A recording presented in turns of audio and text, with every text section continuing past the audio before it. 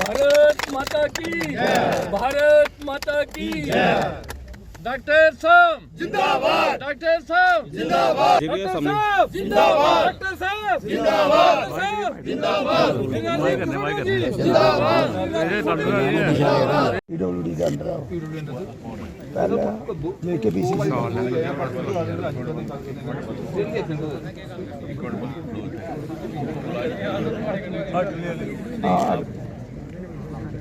विशाल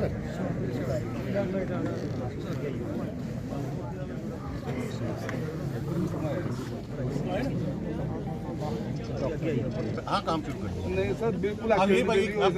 accident तो कम से कम 5 बजे 6 बजे तो खुल गया है नहीं सर ऐसा करें फोटोग्राफ दिखाना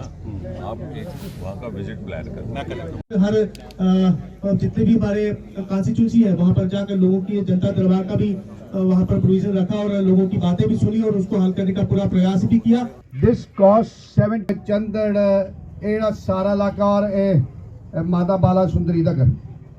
ये सारा इलाका कनेक्टेड हो है। इस पासों भी लोगेट मोड़ मिलता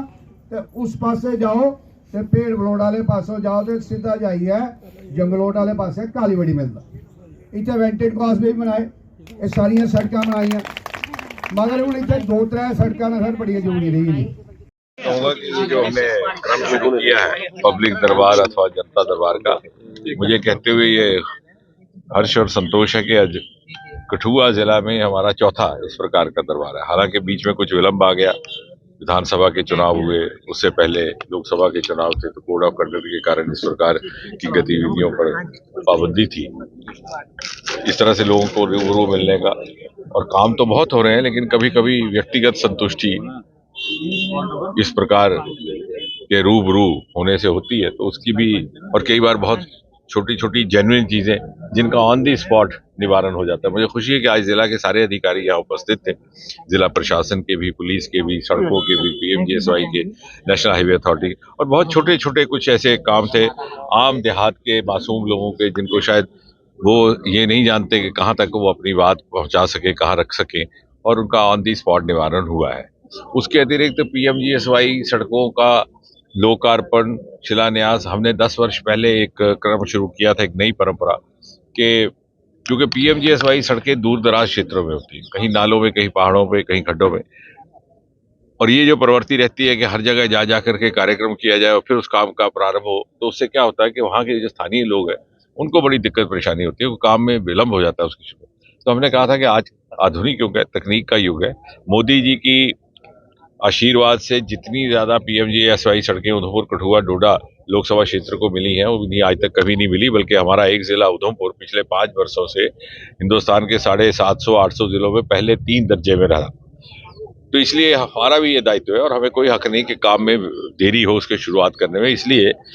1-2 जगह स्थानों पर स्वयं रह करके फिजिकली हम सब जनप्रतिनिधि रहते हैं और बाकी सड़कों का काम वर्चुअल मोड में उसका प्रारंभ कर दिया जाता है। वही आज भी संपन्न हुआ। कठुआ की दृष्टि से 2-3 और महत्वपूर्ण काम हुए हैं। एक तो जो यहाँ का होम्योपैथी कॉलेज है इसी क्षेत्र में जसोरटा में, वो उत्तर भारत का पहला होम्योपैथी कॉलेज रहेगा। उसमें पहले बैच के दाखिले की प्रक्रिया प्रारंभ हो चुकी है। इसी प्रकार इंडस्ट्रियल बायोटेक पार्क जो उत्तर भारत का पहला है वो भी यहीं पर है। उसमें हम थोड़ा पब्लिक प्राइवेट मोड में एक नई शुरुआत करने वाले हैं, क्योंकि हमें लगा कि सभी कुछ अगर सरकार के साधनों पर छोड़ दिया जाए तो हमारे जो अपेक्षित लक्ष्य हैं उनको प्राप्त करने में दिक्कत रहती है, और इस तरह से ये तुरंत रोजगार का एक जरिया बनेगा नौजवानों के लिए। इसी तरह से हमारे यहाँ पे जो केंद्रीय विद्यालयों की भी कल घोषणा हुई है, 13 में से लगभग 50% इसी लोकसभा क्षेत्र में है और बाकी क्षेत्रों से भी मांग आ रही है इसी कॉन्स्टिट्यूंसी के, तो धीरे धीरे उसकी पूर्ति होगी। हमारा दूसरा अगर आप देख लें तो मानतलाई का हमारा विकसित हो चुका है, उसको भी हम कई प्राइवेट मोड में कुछ और उसमें विकास करने का प्रयास कर रहे हैं। और साथ ही साथ ये भी रहेगा कि यहाँ भर्ती, फौज की भर्ती की बड़ी मांग रहती है, तो नवंबर के महीने में यहाँ भर्ती हुई थी अब मेरी परसों ही बात हुई है chief of the staff general Dwivedi साहब से कि हमने कहा कि ये इलाका जो है यहाँ पे मार्शल